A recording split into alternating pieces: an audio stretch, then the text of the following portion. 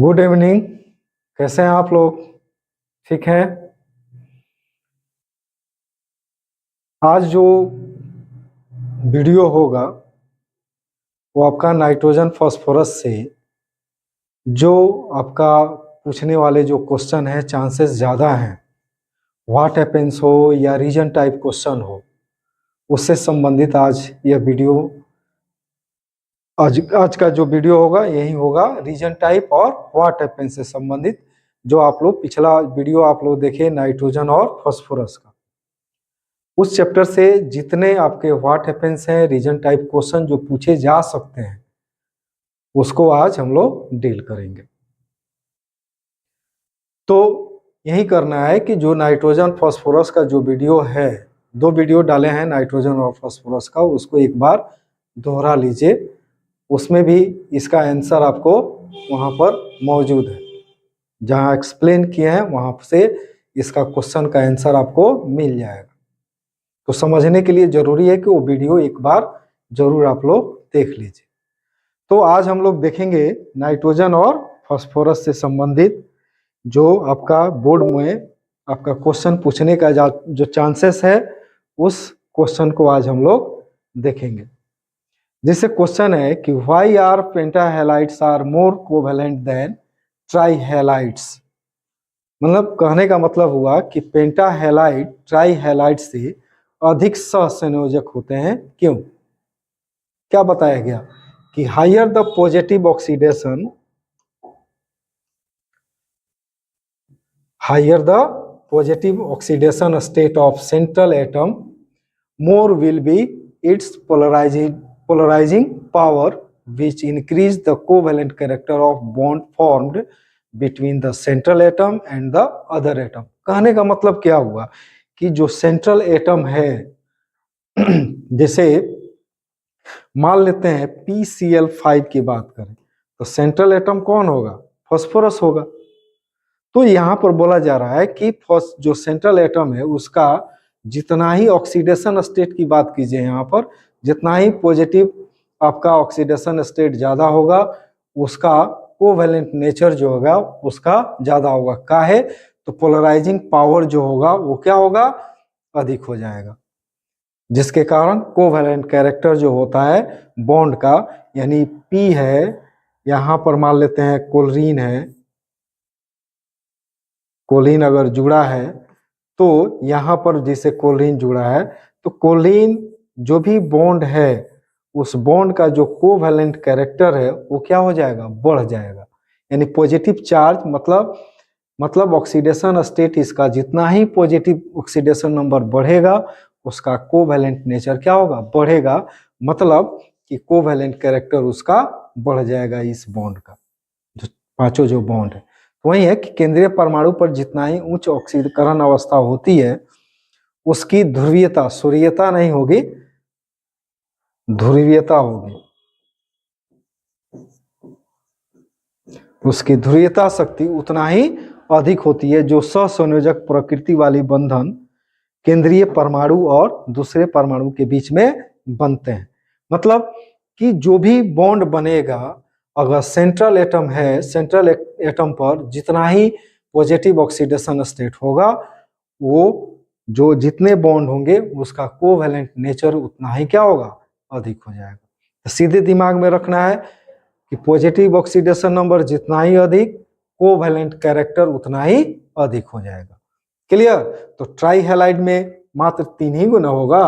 मान लेते हैं फास्फोरस है, क्लोरीन है, क्लोरीन हो गया, तो यहाँ पर तो क्या हो गया? ऑक्सीडेशन नंबर कितना हो जाएगा? +3 ले सकते हैं। यहाँ पर ऑक्सीडेशन नंबर कितना हो जाएगा? +5 हो जाएगा। इस तरह से कोवेलेंट नेचर ज्यादा हो जाएगा इसका। नेक्स्ट क्वेश्चन है, या कह सकते हैं as in pentahalides the central atom is in +5 oxidation state while trihalides it is +3 oxidation state. कितना? तो +3 ऑक्सीडेशन स्टेट आपका रहेगा। ठीक है, तो अभी जो समझाए हैं वही बात है। Therefore pentahalides are more covalent than trihalides. ठीक है, नेक्स्ट क्वेश्चन हम लोग देखते हैं। Why is nitrogen less reactive at room temperature? Room temperature पर नाइट्रोजन जो है वो इनर्ट नेचर का सकते हैं। मोस्टली हम लोग क्या बोल सकते हैं कि इनर्ट नेचर को शो करता है, अक्रिय प्रकृति को शो करता है। क्या है? तो क्या बोला गया, कैसे एक्सप्लेन किया गया कि nitrogen is less reactive at room temperature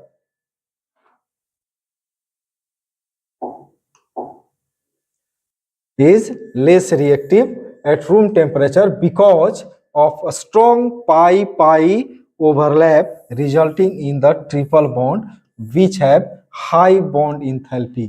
क्या होता है? ट्रिपल बॉन्ड ना होता है, ट्रिपल बॉन्ड से जुड़ा रहता है तो इसका बॉन्ड डिसोसिएशन एनर्जी जो है वो क्या हो जाएगा, ज्यादा हो जाएगा। तोड़ने के लिए ज्यादा मात्रा में एनर्जी की आवश्यकता होगी, तभी वो जा करके वो रिएक्शन में भाग लेगा। जब तक बॉन्ड नहीं टूटेगा तब तक वो रिएक्शन में पार्टिसिपेट नहीं करेगा। ठीक है ना?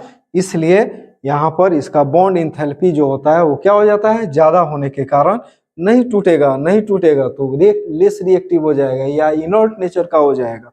यही आप एक्सप्लेन कर सकते हैं इसको। नेक्स्ट क्वेश्चन है कि bond angle in pH4 and phosphonium ion is higher than in pH3 why? यानी फॉस्फोनियम आयन में बंधन जो कोण होता है pH3 से अधिक होती है, क्यों? कैसे एक्सप्लेन किया गया कि बोथ आर, यहाँ पर दोनों में हाइब्रिडाइजेशन क्या है, दोनों में हाइब्रिडाइजेशन क्या होगा, sp3 ही होगा। यानी both are sp3 hybridised in phosphonium ion, all the 4 orbitals are bonded, चारों ऑर्बिटल उसके क्या है, बंधन में भाग लिए हैं। Whereas in pH3 there is a lone pair of electrons on phosphorus atom. जब pH3 का देखेंगे तो pH3 का आप देख सकते हैं इस तरह से आपका होगा H और यहाँ पर लोन पेयर ऑफ इलेक्ट्रॉन हो जाएगा और उसी वही रिस्पॉन्सिबल है लोन पेयर ही, जिसके कारण आपका बॉन्ड एंगल आपका छोटा हो जाता है, किससे, फॉस्फोनियम आयन से। ठीक है? तो क्या है कि which is responsible for lone pair bond pair repulsion in pH3, repulsion के कारण, due to which bond angle in pH3 is less than कितना, 109 डिग्री 28 मिनट से क्या हो जाता है, कम हो जाता है, जबकि फॉस्फोनियम आयन में ज्यादा हो जाता है। ठीक है? यानी दोनों में sp3 प्रसंकरण मौजूद होता है। फॉस्फोनियम आयन में चारों ऑर्बिटल बंधित होते हैं, जबकि फॉस्फीन में एक लोन पेयर ऑफ इलेक्ट्रॉन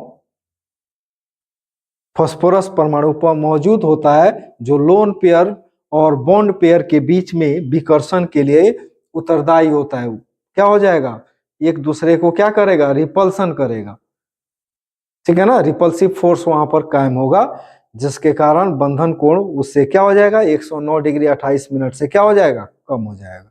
यही तो क्लियर देखिए, क्या दिमाग में रखना है कि pH3 में एक लोन पेयर उपस्थित होता है जो कि चारों ऑर्बिटल भाग नहीं लेते हैं, जिसके कारण एक लोन पेयर जो होता है फॉस्फोरस एटम पर उपस्थित होता है, जिसके कारण लोन पेयर और बॉन्ड पेयर के बीच में रिपल्सन के कारण बॉन्ड एंगल जो होता है 109 डिग्री 28 मिनट से कम हो जाता है। मतलब फॉस्फोनियम आयन से इसका क्या हो जाएगा, कम हो जाएगा।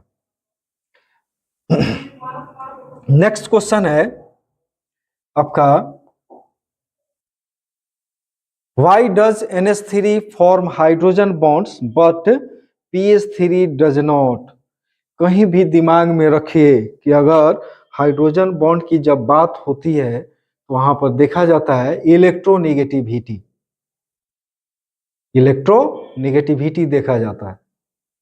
तो यहाँ पर नाइट्रोजन NH3 बनाया है और फास्फोरस pH3 बनाया है, लेकिन नाइट्रोजन का जो इलेक्ट्रोनेगेटिविटी है वो फास्फोरस से क्या है, अधिक है।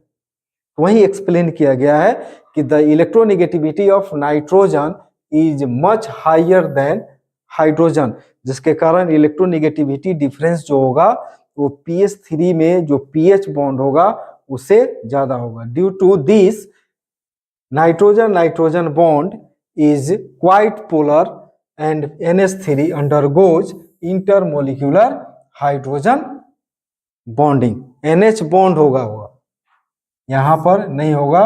NH जो बॉन्ड होगा वो क्या होगा, पोलर नेचर का हो जाएगा। ठीक है। On the other hand both phosphorus and hydrogen have an electronegativity of 2.1, मतलब जो इलेक्ट्रोनेगेटिविटी जो डिफरेंस है वो क्या हो जाएगी, जीरो हो जाएगी। जो इलेक्ट्रोनेगेटिविटी डिफरेंस है वो क्या हो जाएगी, जीरो। क्योंकि नाइट्रोजन की बात करें, NH3 की बात करें यहाँ पर NH बॉन्ड का, तो समझिए कि इसका 3 के आसपास होता है, इसका 2.1 का, तो कितना डेल्टा एक्स कितना मिला, 0 कितना 9 मिल गया, तो जीरो से ऊपर है, तो वहां पर पोलर नेचर हो जाएगा बॉन्ड का, NH बॉन्ड का। ठीक है। जबकि PH3 में फॉस्फोरस का भी 2.1 के आसपास है और हाइड्रोजन का 2.1 होता ही है, तो डेल्टा एक्स जो होगा वो क्या होगा, जीरो हो जाएगा, तो पोलर नेचर नहीं रह जाएगा। जब आप कोवैलेंट आपका केमिकल बॉन्डिंग पढ़े होंगे और उसमें पोलर बॉन्ड और नॉन पोलर बॉन्ड आप पढ़े होंगे, तो उसमें जरूरी क्या है कि डेल्टा एक्स यानी इलेक्ट्रोनेगेटिविटी डिफरेंस जो है वो जीरो अगर नहीं होता है तो बॉन्ड क्या होगा, पोलर नेचर का हो जाएगा। जबकि जब डेल्टा एक्स मतलब इलेक्ट्रोनेगेटिविटी डिफरेंस अगर जीरो है तब वहां पर नॉन पोलर नेचर हो जाएगा। ओके, तो इसको ख्याल में रखना है। क्या बोला गया, on the other hand phosphorus and hydrogen have electronegativity of 2.1, therefore pH bond is not polar and hence PH3 does not undergo hydrogen bonding। ठीक है, यही कारण होता है। जबकि नाइट्रोजन में अगर बात करें तो इस तरह से आप लोग दिखा सकते हैं हाइड्रोजन बॉन्डिंग को। ठीक है, यहाँ पर आप दिखा सकते हैं। उसी तरह से दूसरा मॉलिक्यूल के साथ हम लोग दिखा सकते हैं। इस तरह से मॉलिक्यूल हाइड्रोजन, हर एक मॉलिक्यूल NH3 जो है वो हाइड्रोजन बॉन्डिंग से क्या होते हैं, एसोसिएट होता है पूरा। इसीलिए आप कह सकते हैं कि हाइड्रोजन बॉन्ड कौन बनाएगा, NH3 बनाएगा, PH3 नहीं बनाएगा, क्योंकि इलेक्ट्रोनेगेटिविटी डिफरेंस क्या है, जीरो है। मतलब दोनों का इलेक्ट्रोनेगेटिविटी वैल्यू फास्फोरस और हाइड्रोजन का लगभग बराबर है, जिसके कारण इलेक्ट्रोनेगेटिविटी डिफरेंस जीरो है, इसलिए वो पोलर नहीं होगा। जबकि नाइट्रोजन और हाइड्रोजन का जो इलेक्ट्रोनेगेटिविटी डिफरेंस है, दोनों नाइट्रोजन हाइड्रोजन बॉन्ड दोनों का, वो क्या है, जीरो से ऊपर है, तो पोलर नेचर हो जाएगा बॉन्ड का। तो पोलर नेचर होने का मतलब वो हाइड्रोजन बॉन्ड से वो एसोसिएट हो सकता है, मतलब हाइड्रोजन बॉन्डिंग बना सकता है। इसी को हिंदी में एक्सप्लेन किया गया है कि नाइट्रोजन की विद्युत ऋणात्मकता हाइड्रोजन से उच्च होती है, इसी कारण NH बंध ध्रुवीय होता है और NH3 अंतर आणविक हाइड्रोजन बॉन्ड में भाग लेता है। दूसरी ओर फास्फोरस और हाइड्रोजन की विद्युत ऋणात्मकता लगभग 2:1 होती है, यानी 2.1 होगा, 2:1 नहीं, क्या हो जाएगा, 2.1 होती है, जिससे पीएच जो बंध होगा वो ध्रुवीय नहीं होता है, अतः PH3 अंतर आणविक हाइड्रोजन बंधन में भाग नहीं लेता। ठीक है, next question, nitrogen exist as diatomic molecule and phosphorus as P4।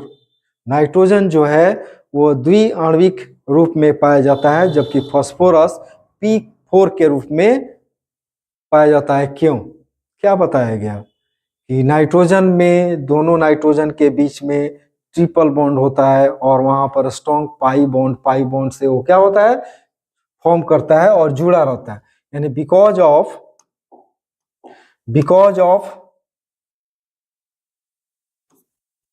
a small atomic size of nitrogen and high electronegativity form pi bond. Thus, it exists as a diatomic molecule having a triple bond between the two nitrogen atom. यानी small size हो गया nitrogen का, अगर compare करें phosphorus और nitrogen का बीच में, दोनों के बीच में, तो नाइट्रोजन का एटॉमिक साइज छोटा हो जाता है, जिसके कारण फास्फोरस से इलेक्ट्रोनेगेटिविटी नाइट्रोजन का क्या होगी, ज्यादा होगी, जिसके कारण पाई बॉन्ड फॉर्म करता है। और यही कारण है कि नाइट्रोजन जो होता है दोनों के बीच में, दोनों नाइट्रोजन के बीच में क्या होता है, ट्रिपल बॉन्ड फॉर्म करता है, मतलब पाई बॉन्ड फॉर्म करेगा। ठीक है, जबकि यहाँ पर फास्फोरस की बात करें तो phosphorus due to its larger atomic size and lower electronegativity, it does not form pi bonds with itself, मतलब ट्रिपल बॉन्ड नहीं बनेगा। It prefer to form phosphorus, दोनों फास्फोरस, हर एक फास्फोरस के बीच में सिंगल बॉन्ड बनाते हैं। जैसे मान लें वहीं पर शुरू में हम जब नाइट्रोजन और फास्फोरस पढ़ा रहे थे तो उसमें बताए थे कि फास्फोरस जो होगा वो इस तरह से होगा, हर एक फास्फोरस 3 अदर फास्फोरस से क्या होता है, सिंगल बॉन्ड से जुड़ा होता है, जिसके कारण वो क्या होगा, टेट्राहेड्रल P4 मॉलिक्यूल के रूप में पाया जाएगा। ठीक है, क्लियर है। तो यहाँ पर क्या होता है कि चारों जो एटम होता है फास्फोरस का, वो प्रीफर करते हैं कि अपने 3 अदर एटम्स के साथ, फास्फोरस एटम के साथ सिंगल बॉन्ड से वो जुड़ जाएं, और जुड़ करके क्या मॉलिक्यूल बनाएगा, P4 मॉलिक्यूल बनाएगा। जबकि नाइट्रोजन में N2 के रूप में पाया जाता है, मतलब दोनों नाइट्रोजन का जो आपका साइज होता है, नाइट्रोजन का साइज क्या होता है, छोटा होने के कारण हाई इलेक्ट्रोनेगेटिविटी वैल्यू होती है उसकी, और जिसके कारण दोनों nitrogen atom triple bond form करता है, मतलब पाई बॉन्ड बनाने के कारण वो हमेशा डाई एटॉमिक मॉलिक्यूल के रूप में पाया जाता है। नेक्स्ट क्वेश्चन, उसी को एक्सप्लेन किया गया है कि नाइट्रोजन की छोटी परमाणु आकार और उच्च विद्युत ऋणात्मकता के कारण यह पाई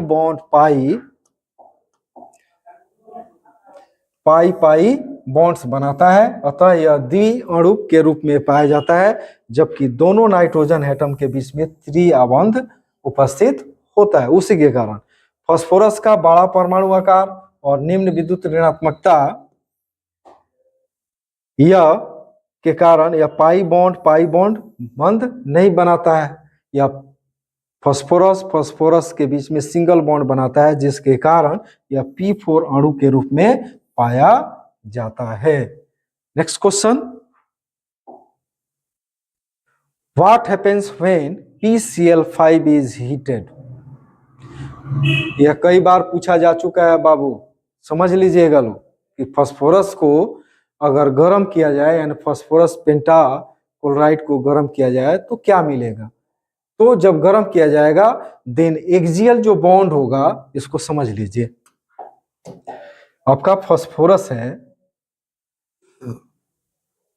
यहाँ पर सेंट्रल एटम आपका फास्फोरस है, 3 आपका कोलिन यहाँ पर जुड़ा हुआ है, ठीक है, और यहाँ पर एक कोलिन आपका इस तरह से और एक कोलिन यहाँ पर इस तरह से। जो एक्सियल जो आपका बॉन्ड है, जो वीक बॉन्ड है, चूंकि यही आपका एक इलेक्ट्रॉन इसको दे रहा है, कोलिन नहीं सेजदारी कर रहा है, कौन दे रहा है, फास्फोरस अपना एक इलेक्ट्रॉन दोनों कोलिन को दे रहा है। तो जो वीक बॉन्ड होगा ई वाला नहीं होगा, ई वाला होगा, ये क्या होगा, टूट जाएगा, जिसके कारण आपको क्या मिल जाएगा, PCl3 मिल जाएगा और Cl2 अलग हो जाएगा। तो वही एक्सप्लेन किया गया है कि when PCl5 is heated then axial bond यानी weak bond break to form PCl3, यानी जब PCl3 को गर्म किया जाता है तब एक्सियल बॉन्ड टूटने से PCl3 बनता है। Okay, what happens when S3PO3 is heated. क्या होगा जब S3PO3 को गर्म करेंगे, यानी व्हेन S3PO3 यानी ऑर्थोफॉस्फोरस एसिड को अगर गर्म करते हैं तो यह क्या होगा, डिसोसिएट होगा और ऑर्थोफॉस्फोरिक एसिड और फॉस्फीन देगा। देखिए S3PO3 होगा,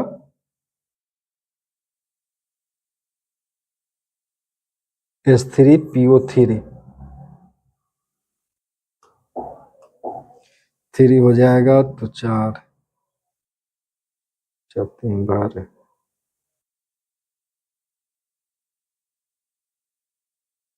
यहाँ पर 4 से, ठीक है, चार तीन बार, चार तीन बार फॉस्फोरस।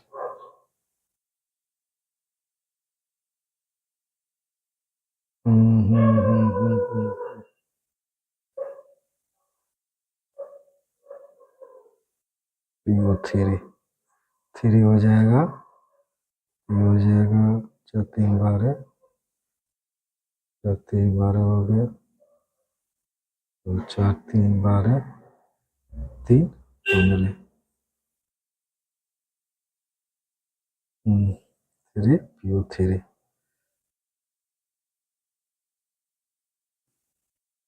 तो चार चौका 16, ये चार चौका 16, चार तीन 12, चार तीन 12, सॉरी यहाँ पर 3 होगा, तो चार तीन 12 हो गया, तो चार तीन 12, चार तीन 12, चार तीन 12, तीन तीन 9 3 12, ठीक है। ओके, तो यहाँ पर हम लोग देखेंगे इक्वेशन थोड़ा सा गलत हो गया था, इसको हम लोग देखते हैं। यहाँ पर आपका 3 होगा और यहाँ पर आपका 3 होगा, इस तरह से इक्वेशन आपको बैलेंस हो जाएगा। तो क्या हमने बताया कि when H3PO3 orthophosphorus acid on heating it dissociate to give orthophosphoric acid and phosphine, यानी जब H3PO3 ऑर्थोफॉस्फोरस अम्ल को गर्म किया जाता है तब यह अपघटित होकर ऑर्थोफॉस्फोरिक अम्ल और फॉस्फीन गैस देता है। क्या हमने बोला कि ऑर्थोफॉस्फोरस होगा, ऑर्थोफॉस्फोरस, ठीक है, ये आपका ऑर्थोफॉस्फोरिक, ठीक है ना। नेक्स्ट हम लोग देखते हैं, PCl5 is known but NCl5 is not known. यह क्वेश्चन पूछा जा चुका है बोर्ड में कि PCl5 तो मिल जाता है, लेकिन अगर बात करें NCl5 का वो नहीं मिलता है, का है।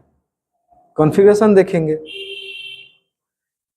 जैसे फास्फोरस का देखें हम लोग, तो फास्फोरस में कहाँ तक कॉन्फ़िगरेशन जाता है, यानी फास्फोरस 15 होता है, 15 का कॉन्फ़िगरेशन करें तो 1s2 2s2 2p6 3s2 3p3, ठीक है, थर्ड ऑर्बिट चला गया। वहीं आप नाइट्रोजन की बात करें तो कितना तक जाएगा, 1s2 2s2 2p3, दूसरे ऑर्बिट तक। तो होता क्या है कि थर्ड ऑर्बिट जैसे यहां पर स्टार्ट हो गया, इसको डी ऑर्बिटल अवेलेबल हो गया, यानी अपने कोवैलेंसी को 3 से लेके 5 तक बढ़ा सकता है। यानी यहाँ पर तो 5 इलेक्ट्रॉन है, तो 3 से लेकर के 5 तक अपने कोवैलेंसी को बढ़ा लेता है। जबकि नाइट्रोजन में अगर देखें तो सेकेंड ऑर्बिट है, यहाँ तो डी ऑर्बिटल नहीं उपस्थित है, इसलिए अपने कोवैलेंसी को नहीं बढ़ा सकता है, जिसके कारण NCl5 नहीं बना सकता है। जबकि फास्फोरस जो है पेंटाहाइलाइड बना सकता है। इसको इस तरह से भी बोला जा सकता है कि फास्फोरस जो है वो पेंटाहाइलाइड बनाता है, जबकि नाइट्रोजन पेंटाहाइलाइड नहीं बनाता है। इसको कैसे एक्सप्लेन करेंगे कि nitrogen has S and P orbital with second orbit.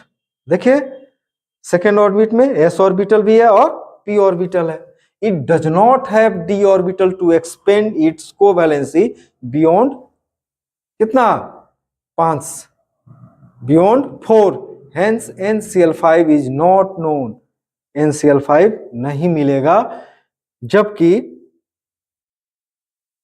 3 होना चाहिए।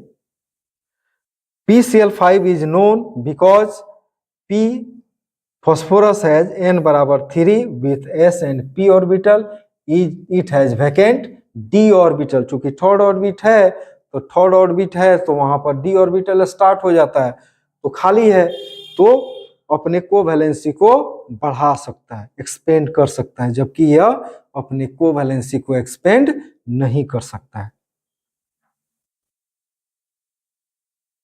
नाइट्रोजन जो है n बराबर 2 के साथ साथ s और p ऑर्बिटल मौजूद होते हैं, लेकिन d ऑर्बिटल मौजूद नहीं होता है, जिससे कि अपनी संयोजकता को 5 तक बढ़ा सके। अतः यह NCl5 के रूप में नहीं पाया जाता है, जबकि फास्फोरस में n बराबर 3 के साथ s और p ऑर्बिटल और वैकेंट d ऑर्बिटल मौजूद होता है, अतः यह PCl5 के रूप में पाया जाता था। काहे? तो अपने कोवैलेंसी को, संयोजकता को कितना तक बढ़ा सकता है? तो +5 तक बढ़ा सकता है, 5 तक बढ़ा सकता है। ओके, तो इतना क्वेश्चन था, इसको थोड़ा सा आप लोग देख लेंगे।